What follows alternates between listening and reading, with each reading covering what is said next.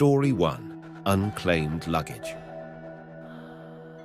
The quaint town of Mirewood was renowned for its picturesque landscapes, making it the perfect weekend getaway for Sarah and David, a city couple craving serenity. Their online search led them to rent what was described as a cozy cottage with history. As they drove through the winding lanes of Mirewood, the rustic charm of the town was evident. Little did they know, they were about to be part of a history they hadn't bargained for. Upon arrival, the cottage stood as a testament to time. Its ivy-covered walls, vintage furniture, and the smell of old wood gave it an air of nostalgia.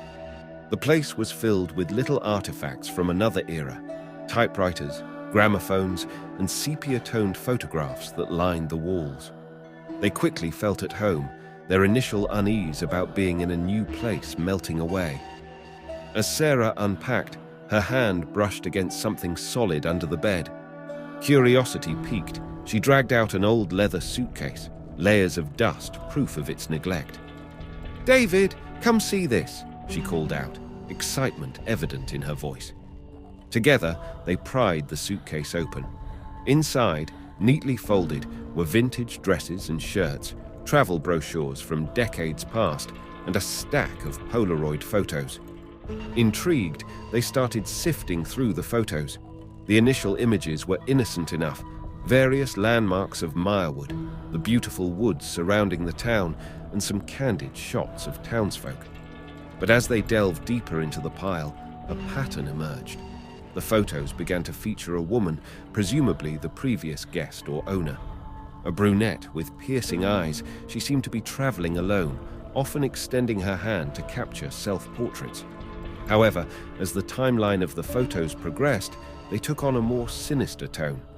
Pictures of gatherings or group shots had faces crossed out with a red X. A chill ran down Sarah's spine as David held up a picture that showcased the very room they were in. Their belongings, from Sarah's scarf draped over a chair to David's sunglasses on the table, were in the frame, hinting that the photo was taken only a few hours ago.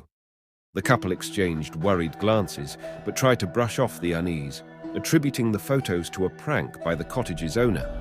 But the final photo in the stack turned their unease to dread. The image was of them, hand in hand, entering the cottage, a picture they hadn't posed for.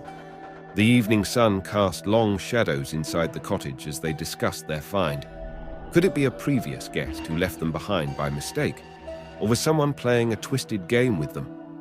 Their speculations were interrupted by a sudden knock on the door. Opening the door revealed a quaint basket filled with local goodies: wine, cheese, and a note welcoming them to Mirewood. It was a gesture from the local tourism board, but it did little to assuage their growing apprehension. As nightfall approached, the quaintness of the cottage transformed. The old wooden floors creaked sporadically. The wind outside whistled eerily through the trees, and every so often a rustling came from the direction of the bushes. Determined to shake off their paranoia, David lit the fireplace. The warm, flickering flames provided a semblance of comfort. They decided to make the best of the evening, pouring glasses of the gifted wine and settling in front of the fireplace. However, relaxation was short-lived. An unmistakable sound pierced the ambience: the click of a camera shutter. They froze, the noise having emanated from just outside the window. As David slowly approached, the rustling from the bushes intensified. He drew the curtains apart slightly, peering into the darkness. Nothing. Sarah, attempting to ease the tension, joked, "Maybe it's the ghost of a photographer." But her laugh was hollow, echoing David's silent fear. The couple began to consider leaving, but the thought of navigating the unknown town roads at night was equally daunting. They decided to lock all doors and windows and try to get some rest. However, just as they were about to ascend the staircase to the bedroom, a soft thud sounded at the front door. There, on the welcome mat, lay a fresh Polaroid photo. With trembling hands, David picked it up. The developing image showcased them in the living room moments ago, illuminated by the fireplace's glow. But what chilled them to the bone was the shadowy figure lurking just outside the window. Panic set in. Racing upstairs, they began to hurriedly pack their belongings. The night sounds grew louder, footsteps on the gravel path, whispers drifting with the wind, and the occasional camera click. The once charming artifacts of the cottage now appeared menacing in the dim light. Armed with their phone flashlights, they decided to make their escape. But as they navigated through the cottage, they stumbled upon more Polaroid pictures scattered around, photos of them from earlier in the day, each marked with a looming red X. Reaching the door felt like an eternity, but the cold night air was a relief. They dashed to their car, engine roaring to life, and sped away from the confines of the cottage. When the first rays of dawn broke, they were miles away, checking into a roadside motel. Exhausted but safe, they finally let their guard down.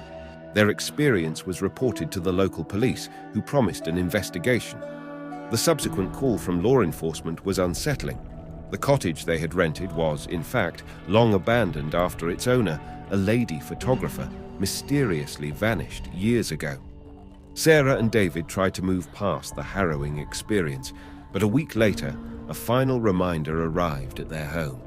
An unmarked package containing a vintage Polaroid camera with a note: "For your next adventure,